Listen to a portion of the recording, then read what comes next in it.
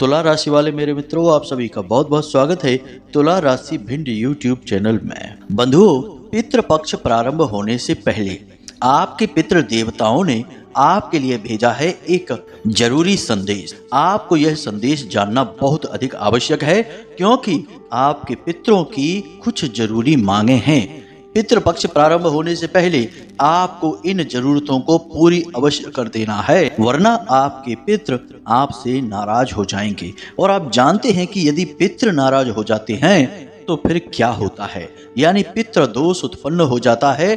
और पितृ दोष जीवन में भयंकर से भयंकर तकलीफें दे सकता है, जातक को जीते जी नरक में जीने के लिए मजबूर कर सकता है। तो कौन सा है वह संदेश? आखिर क्या चाहते हैं आपके पितृ आपसे, और कौन सी हैं वो बातें जिन्हें आपको पितृपक्ष प्रारंभ होने से पहले ही पूरा कर देना है, ताकि आपके पितृ आपसे प्रसन्न हो, आपको आशीर्वाद दें। एक बात याद रखना बंधुओं, यदि आपके पितृ आपसे प्रसन्न नहीं हैं, तो दुनिया की किसी भी देवी देवता की पूजा आपको लगेगी ही नहीं। कोई भी उपाय, कोई भी अनुष्ठान, यज्ञ, हवन या किसी भी प्रकार की विधि विधान से की गई पूजा का आपको कोई फल प्राप्त नहीं हो सकता है, क्योंकि आपके प्रथम देवता तो आपके पितृ देवता ही हैं। यदि वे ही आपसे प्रसन्न नहीं हैं, तो अन्य देवी देवताओं का तो सवाल ही पैदा नहीं होता है। इसलिए आज के इस कार्यक्रम को आपको जरूर देखना है, अंत तक देखना है, क्योंकि यह जो मौका है यह वर्ष में एक बार मिलता है और अब वह मौका आने वाला है। तो इस मौके का आपको पूरा लाभ लेना है, चूक नहीं करना है। तो जयकारा बोलो माता रानी का, जगत माई महामाई माँ भद्रकाली की जय बोलो, माता रानी के दिव्य दरबार की जय बोलो, पितृ देवताओं की जय बोलो। बंधुओं, याद रखना कि जब कोई व्यक्ति इस संसार में आता है तो वह कई प्रकार के ऋण लेकर उत्पन्न होता है। इसके विषय में हमने अपने एक वीडियो में आपको बताया था, जैसे कि देव ऋण, मातृ ऋण, पितृ ऋण, गुरु ऋण। इस प्रकार के कुछ ऋण होते हैं जिन्हें उसे अपने जीवन काल में चुकाना पड़ता है। अब यहाँ पर हम पितृ ऋण की ही बात करेंगे। हर इंसान इस संसार में जब आता है तो वह पितृ ऋण लेकर आता है। अब पितृ ऋण क्यों से मिलता है? क्योंकि उसके पितरों के द्वारा ही इस संसार में, यानी उसके घर के बड़े बुजुर्ग और पुरखे पूर्वजों के द्वारा ही उसे इस संसार में बहुत सारी चीजें अपने आप मिल जाती हैं। जैसे कि एक अच्छी परवरिश मिलती है, उसे खाना पीना, जीवन जीने का तरीका, उसका घर परिवार और जो भी कुछ उसके पुरखे पूर्वज तैयार करते हैं अपने जीते जी, वह सब कुछ उसे मिलता है। इस प्रकार उसके ऊपर एक पितृ ऋण लग जाता है।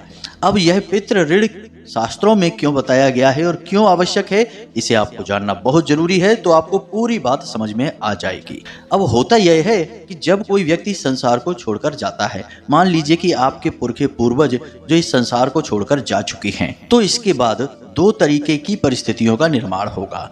एक परिस्थिति वह है कि वे ब्रह्मलीन होंगे, यानी बहुत बड़े तपस्वी और योगी हैं, तो फिर तो वे सीधे ब्रह्मलीन होंगे। अब इसकी संभावना बहुत कम ही होती है, क्योंकि ऐसे लोग लाखों में एक दो ही होते हैं। दूसरी परिस्थिति यह बनती है कि वे कुछ समय का इंतजार करेंगे, उनके कर्मों का पूरा हिसाब किताब होगा, फिर उन्हीं कर्मों के आधार पर जो संस्कार बनते हैं, उन्हीं संस्कारों की पूर्ति के लिए उन्हें पुनर्जन्म दिया जाएगा। लेकिन यह इतना आसान नहीं है, इसके लिए समय भी लगता है।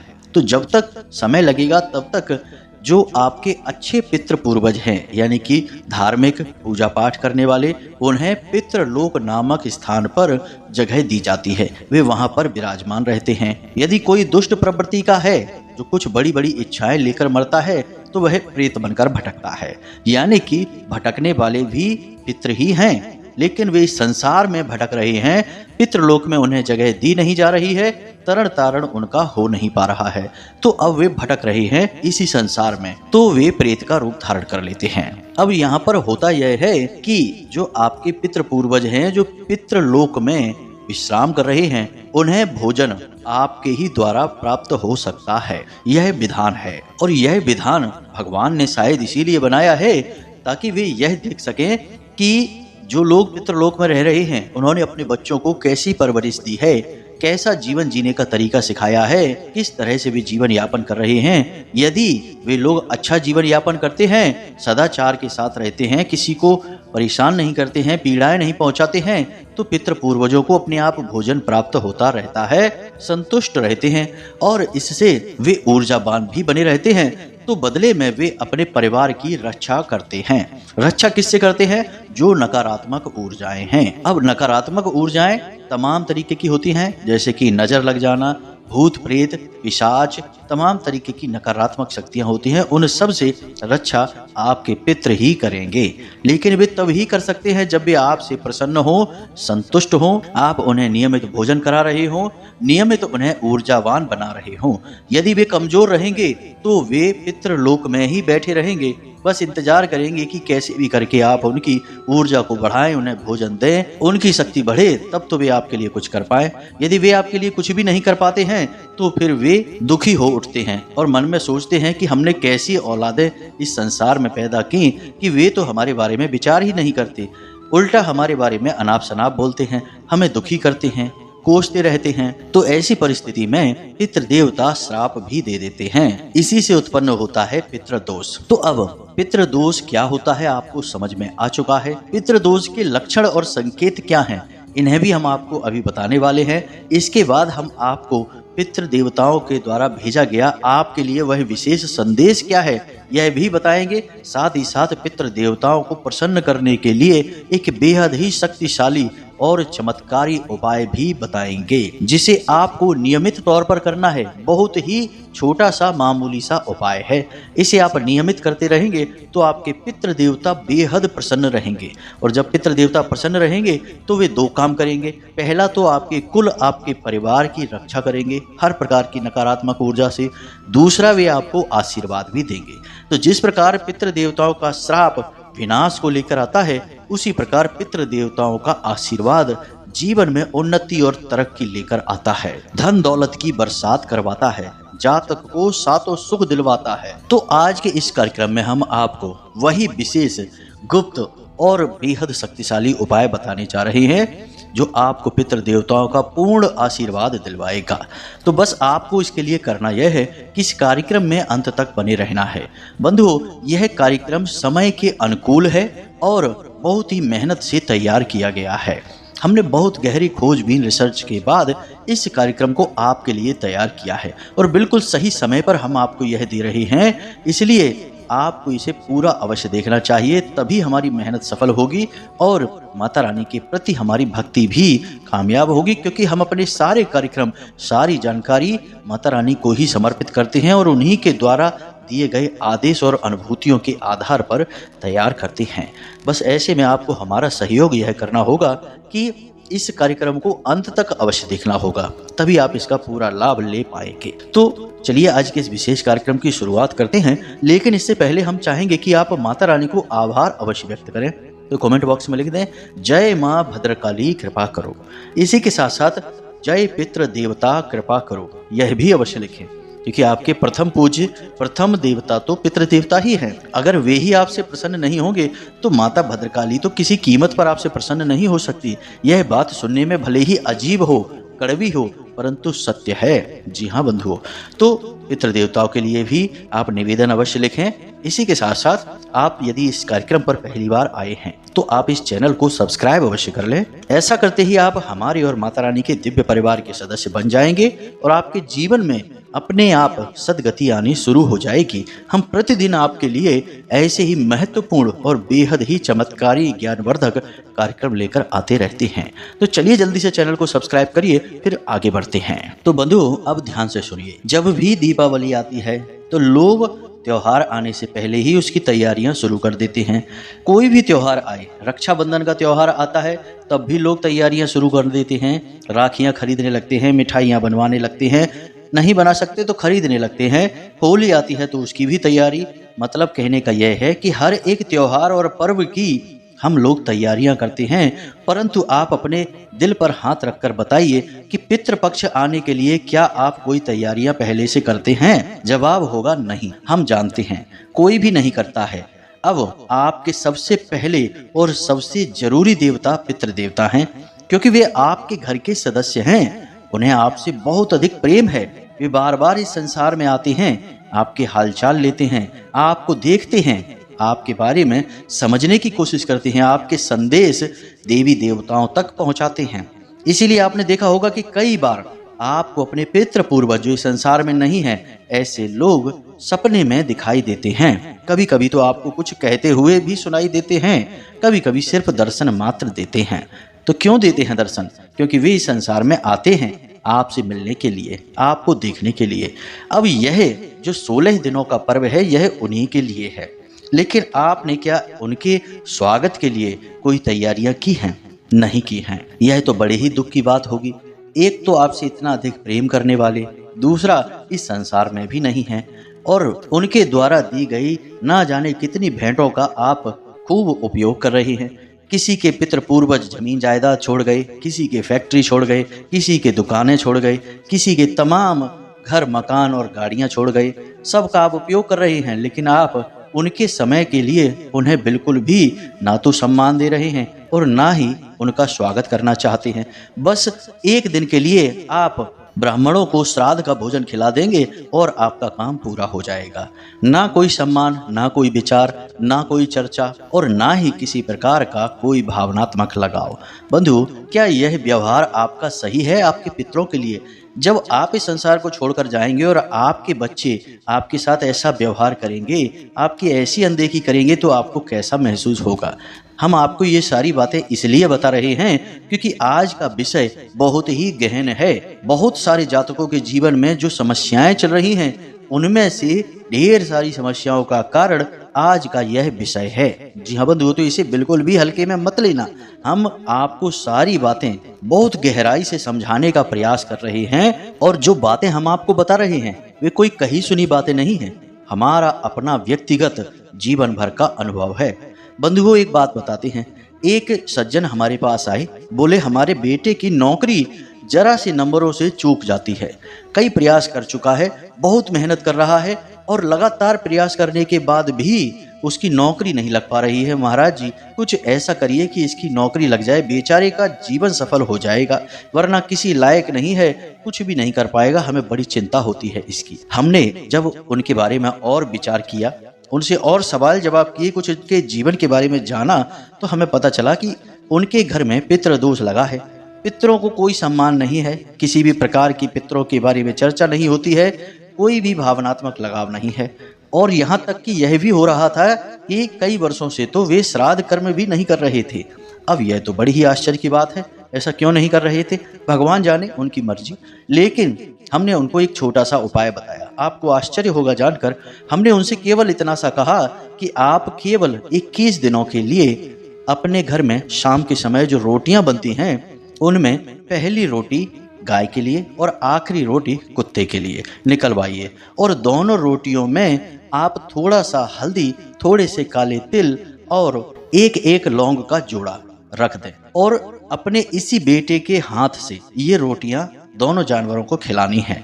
और जब आप इस रोटी को गाय और कुत्ते को खिला रहे हो, उस समय इस बेटे का मुख दक्षिण दिशा की ओर होना चाहिए। वह पितरों की भी दिशा मानी जाती है। बस हमने उससे कहा कि आप 21 दिनों तक इस उपाय को अपने बेटे के हाथों करवाना, बस, और कुछ नहीं करना है। आप यकीन नहीं मानेंगे कि केवल 9वें या 10वें दिन वे हमसे मिले और बोले कि महाराज जी, आपने जो उपाय बताया वह तो बड़ा शक्तिशाली है, वह उपाय तो कार्य कर गया, और हमारे बेटे की एक बहुत अच्छी जगह जॉब लग चुकी है, यानी कि ज्वाइन का उसका लेटर आ चुका है, कुछ दिन बाद वह ज्वाइन कर लेगा। हमने उनसे कहा कि बंधु, यह कोई उपाय नहीं है, यह तो आपके पितृ पूर्वजों के लिए आपका सम्मान है। आपके पितृ देवताओं को ऊर्जावान बनाने के लिए, उनकी शक्ति बढ़ाने के लिए हमने यह उपाय करवाया था।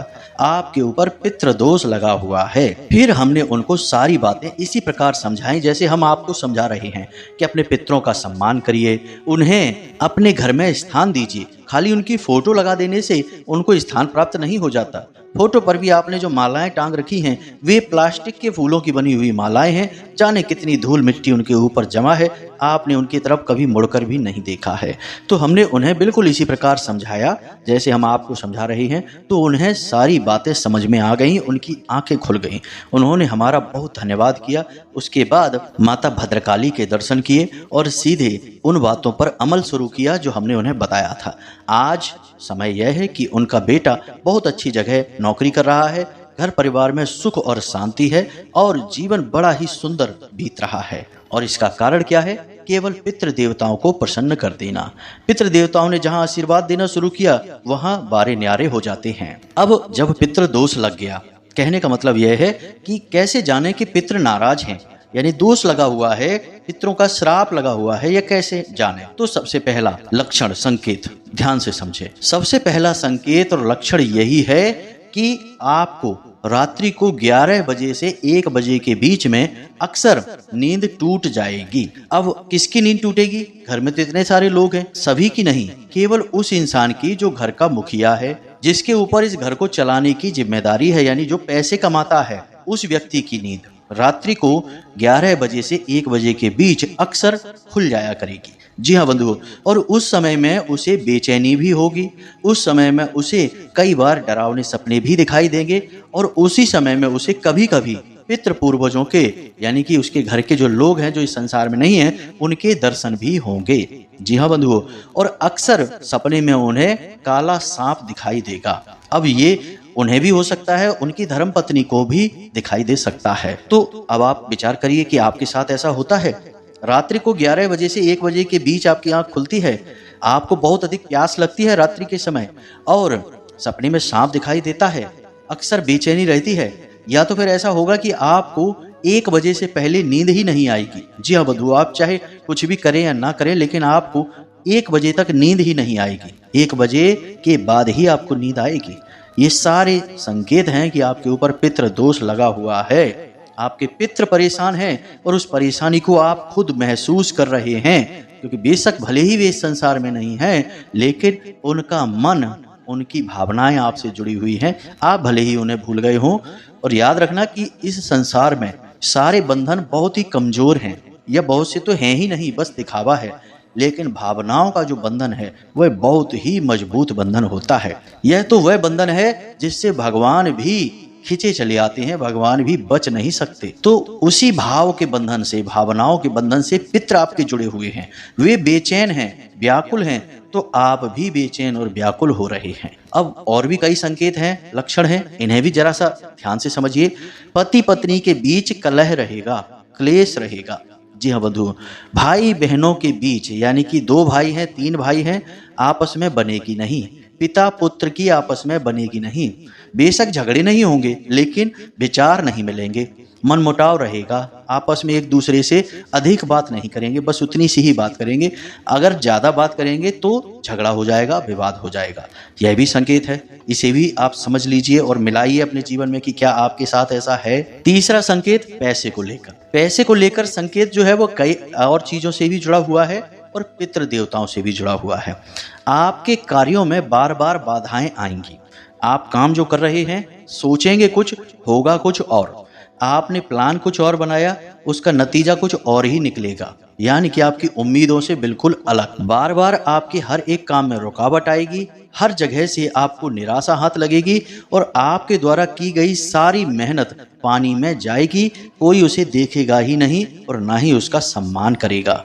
आपको मन ही मन लगेगा कि मैंने कितनी मेहनत की, कितने दिल से काम किया, लेकिन दुनिया के किसी भी इंसान को आप पर भरोसा ही नहीं होगा, आपकी मेहनत पर भरोसा नहीं होगा और आपके बारे में लोग अनाप शनाप बातें करेंगे। कहने का मतलब यह है कि कोई भी योजना सफल नहीं, पैसे को लेकर हमेशा तंगी और हर जगह पैसा फंसेगा, अटकेगा। जी हाँ बंधु, लेकिन इन सब से कहीं बढ़कर एक संकेत और है जो कि आपकी आने वाली पीढ़ियों पर दिखाई देगा। यानी आपके घर के जो बच्चे होंगे, चाहे वो छोटा बच्चा हो, चाहे बड़े बच्चे हो, कॉलेज वाले हो, सभी बच्चे आपसे विरोध करेंगे, यानी घर के बड़े बुजुर्गों से विरोध करेंगे। घर के बड़े बुजुर्ग कहेंगे कुछ और, बच्चे करेंगे कुछ और।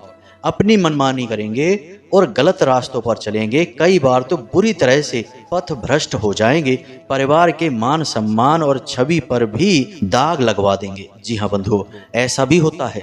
कई बार गलत संगत में बच्चे पड़ जाएंगे, घर के बड़े बुजुर्गों की तो सुन ही नहीं रहे हैं, उन्हें तो अपना दुश्मन मान बैठे हैं।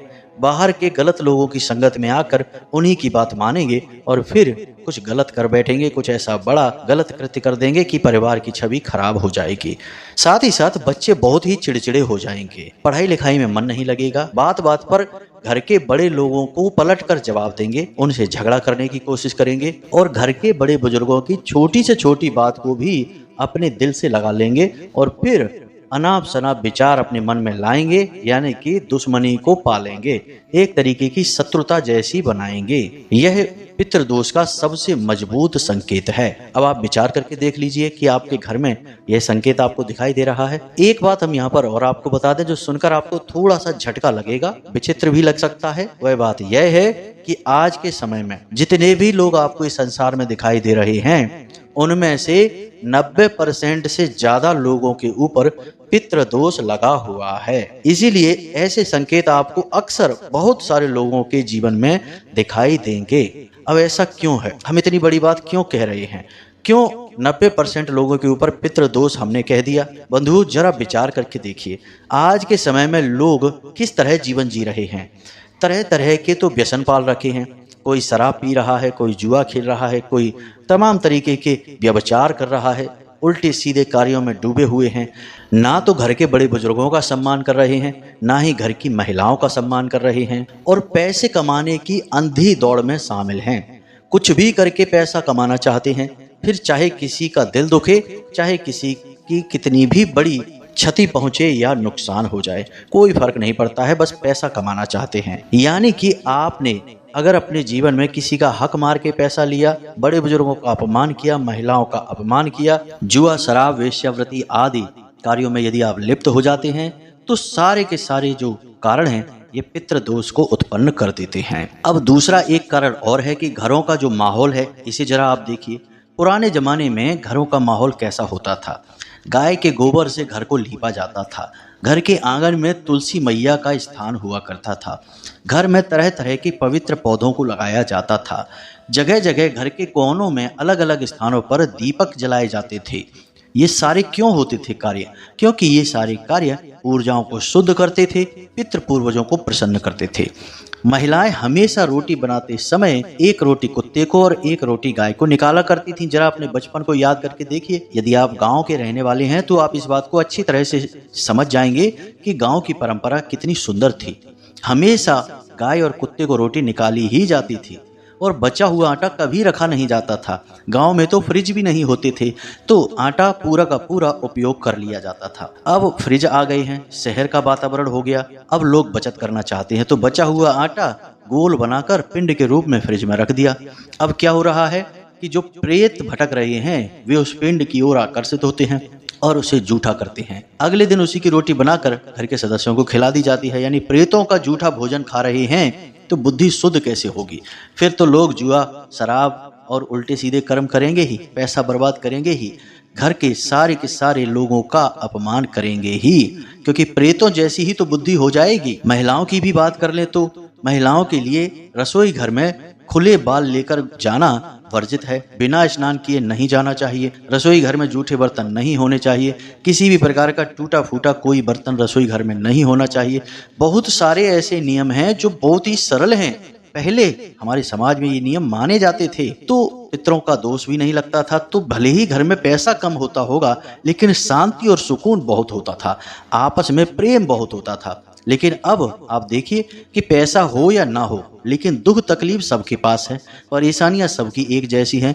चाहे आप लखपति हो, करोड़पति हो, चाहे कितना ही धन दौलत हो, लेकिन नींद नहीं आ रही, नींद की दवाइयां खाकर सो रहे हैं। तो ये सारे पितृ दोषों के कारण हैं। जी हाँ बंधु, तो इन बातों को हमने आपको इसलिए बताया ताकि आपको ये सारा विषय अच्छी तरह से समझ में आ जाए। अब कुछ मूर्ख लोग यहाँ पर यह कहते हैं कि अरे केवल उतनी ही बात बताओ, पॉइंट की बात बताओ, इधर उधर की बातें ना करो। अब जो बातें हमने आपको बताई हैं वे इधर उधर की बातें नहीं हैं, वे संपूर्ण ज्ञान है। अब संपूर्ण ज्ञान में थोड़ा समय लग सकता है, यहाँ पर समय देने में बुराई ही क्या है, लोग दो कौड़ी की फिल्म देखने में घंटों गुजार देंगे, बिना मतलब की गप्पे हाँकने में घंटों बिता देंगे, लेकिन जहाँ ज्ञान की चर्चा होगी वहाँ 2 मिनट में ही ऊबने लगते हैं। यह तो विचारधारा हो गई है लोगों की। तो अब उद्धार कहाँ से हो, सुख चैन कहाँ से आए, जीवन में शांति कहाँ से आए, ये सारी बातें हमने आपको इसीलिए बताई ताकि आपको सारा विषय अच्छी तरह से समझ में आ सके। अब हम आपको बताते हैं कि आपके पितृ देवता ने आपको क्या संदेश भेजा है। सबसे पहले आपके पितृ देवता आपको यही कह रहे हैं कि अपने घर की व्यवस्थाएं उचित करिए, घर की साफ सफाई करिए, पूरे घर में कहीं भी मकड़ी के जाले नहीं होने चाहिए, अंधेरा नहीं रहना चाहिए। दूसरा कि आपके घर का जो ईशान कोण है उसे साफ सुथरा करिए, वहाँ किसी भी प्रकार का भारी सामान नहीं होना चाहिए और उसे खाली रखिए। यदि वहाँ हवा पानी की सही व्यवस्था है, प्रकाश की व्यवस्था है, तो आप वहाँ पर एक बेलपत्र का पौधा लगाइए और उसके नीचे एक शिवलिंग स्थापित कर दीजिए। इसी के साथ साथ आपके घर का जो ब्रह्म स्थान है उसे भी बिल्कुल खाली रखिए। ब्रह्म स्थान यानी कि घर का ठीक बीचों बीच का स्थान। यदि वहाँ कोई कमरा भी है तो कोशिश करें कि उस कमरे को खाली रखें, उसमें कोई रहे ना और उस कमरे में कोई भारी सामान भी ना रखें। ब्रह्म स्थान असल में वह स्थान है जो घर का केंद्र है और जहाँ पर स्वयं ब्रह्मदेव का वास है। और ब्रह्म देवता कौन है? ब्रह्मदेव इस संसार के रचयिता हैं, तो उनका स्थान पवित्र होना आवश्यक है। ऐसे स्थानों पर जूते चप्पल वगैरह नहीं रखने चाहिए, किसी भी प्रकार की गंदगी आप ना रखें। अब आप यह सब करेंगे, यानी अपने घर के मुख्य दरवाजे की भी सफाई करें और प्रतिदिन वहाँ एक गाय के घी का दीपक जलाना प्रारंभ करें। अब यदि आप यह सब कार्य करेंगे तो इससे आपके पितृ देवताओं को अच्छा लगेगा, उनका स्वागत होगा। याद रखना कि 16 दिनों के लिए पितृ देवता ही इस संसार का संचालन करने वाले हैं, तो वे हर वक्त इस संसार में मौजूद रहेंगे, तो उन्हें बहुत अच्छा लगेगा। आप पहले से ही उनके स्वागत में तैयार हैं। कोशिश यह करें कि अब जब तक पितृपक्ष चलेगा, यानी जब आप इस वीडियो को सुन रहे हैं, देख रहे हैं, तब से आप कोई भी गलत कार्य ना करें। जुआ, शराब, मांस, मछली, किसी भी तरीके का कोई गलत सेवन ना करें, किसी भी तरीके की कोई गलत गतिविधि में शामिल ना हो और घर के सभी लोग आपस में मिलजुल कर एक साथ भोजन करें, चर्चाएं करें और आप अपने घर के बड़े बुजुर्गों का सम्मान करें, उनके साथ समय बिताएं। दूसरा कि आपके पितृ पूर्वजों को बलवान बनाने के लिए 2 कार्य करना आज से ही शुरू कर दें। पहला कार्य कि प्रतिदिन सूर्य देवता को अर्घ देना शुरू करें, क्योंकि पितरों के देवता सूर्य देवता हैं और सूर्य लोक के नजदीक ही पितृलोक है। इस वजह से आप जब सूर्य देवता को अर्घ देते हैं तो उसका पूरा का पूरा भाग पितृ देवता को पहुंच जाता है। इसीलिए आपको यह कहा जाता है, हमने कई बार आपको बताया है कि जिस पानी से आप सूर्य देवता को अर्घ देते हैं उसमें थोड़े काले तिल अवश्य डालें। काले तिल आपके पितृ देवताओं का भोजन होते हैं, तो आप प्रतिदिन काले तिल डालकर सूर्य देवता को जल समर्पित अवश्य करें। इसी के साथ साथ प्रतिदिन के भोजन में 1 रोटी कुत्ते के लिए और 1 रोटी गाय के लिए अवश्य निकलवाएं। यानी पहली रोटी, जो महिलाएं रोटियां बना रही हैं उनसे कहें कि पहली रोटी गाय के लिए निकालें और अंतिम बची हुई रोटी कुत्ते के लिए निकालें।